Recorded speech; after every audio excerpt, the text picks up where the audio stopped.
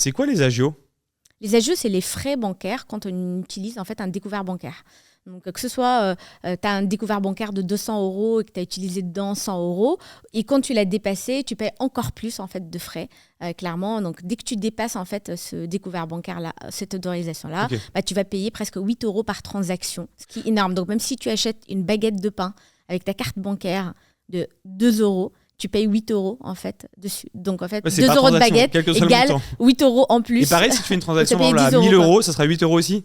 Ouais, à peu près, mais tu payes en fait, t'as pas le droit en fait de dépasser de toute façon ton découvert. Tu vas dépasser ton découvert, en fait, ton autorisation de découvert peut-être de quelques dizaines d'euros, de quelques centaines d'euros. Ça dépend vraiment de la permissivité en tout cas de ta banque et ton profil en fait. C'est quoi en général alors du coup les découverts autorisés par les banques en général, hein, je te parle quand tu es au SMIC ou à 2000 € par mois. La moyenne en France, entre le SMIC et 2000 € par mois, c'est quoi, 200 € de découvert? La moyenne en France, c'est 200 € de découvert. Okay. En fait, donc si tu fais 100 € de découvert, t'as pas d'agio? Non, si, bien sûr que t'as des agios, bien sûr. En fait, ce que je voudrais savoir, c'est est-ce que quand tu es dans l'autorisation de découvert, tu payes aussi, as des agios ou c'est quand tu dépasses cette autorisation? Non, les deux. Okay, les deux. Tu utilises mais tu as moins d'agios quand tu es dans l'autorisation?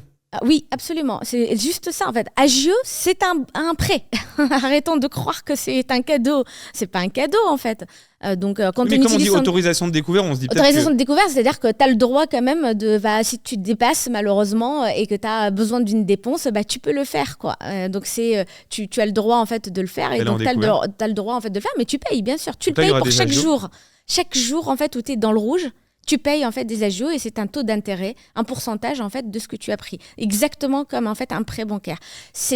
T'as juste en fait, tu payes encore plus si tu dépasses cette autorisation-là. Donc, tu peux la dépasser? Bien sûr, bien sûr. Donc si t'as même d'ailleurs, les banques font exprès de te laisser la dépasser, bien sûr, te laisser parce qu'en fait derrière tu vas payer énormément très cher. Mais si tu fais faillite personnelle, est-ce qu'ils peuvent pas se retrouver, parce que les banques on se dit en fait ils se gavent un peu avec les agios, mais est-ce qu'ils ont pas un autre effet contraire où parfois ils veulent trop prendre d'agios à quelqu'un, sauf que la personne se retrouve en faillite personnelle et donc du coup ils récupèrent jamais tous ces agios et ils sont perdants. Donc du coup, est-ce que les banques sont gagnantes avec les agios à la fin ou pas? Ils sont gagnantes bien sûr parce qu'il faut savoir que les découverts c'est presque 20 à 30% du chiffre d'affaires des banques. Donc je peux vous assurer que oui, c'est un énorme gain. Putain, je savais donc pas c'est énormissime. C'est sûr. Je viens de dire 7 milliards d'agios payés en fait par les Français par an, c'est énormissime, tu vois. Il faut vraiment le prendre comme ça, et les 20 milliards de taux d'intérêt, c'est dinguissime. Donc bref, oui.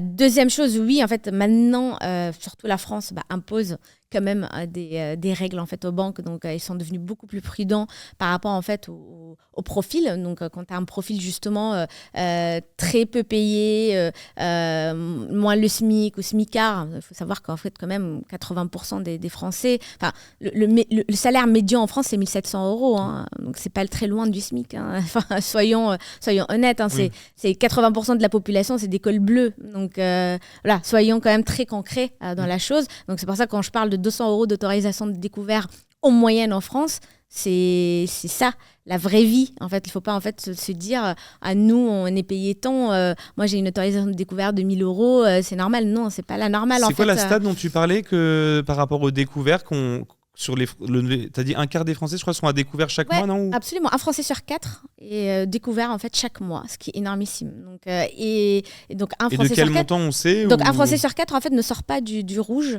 toute l'année, quoi. C'est-à-dire que c'est du rouge au rouge. Donc en fait, il est dans le découvert, dans le mois, il reçoit son salaire pour payer justement son autorisation de découvert et les intérêts, et il rebascule en fait dans le rouge. Tu as une autre stat en fait où aujourd'hui, il reste moins de 100 € dans le compte bancaire des Français dès le 10 du mois. Donc quand on parle en fait de fin de mois difficile, soyez certains qu'on ne parle pas en fait du 20 au 30 du mois, hein. C'est à partir du 10 du mois que énormément de Français se retrouvent déjà en fait dans le rouge.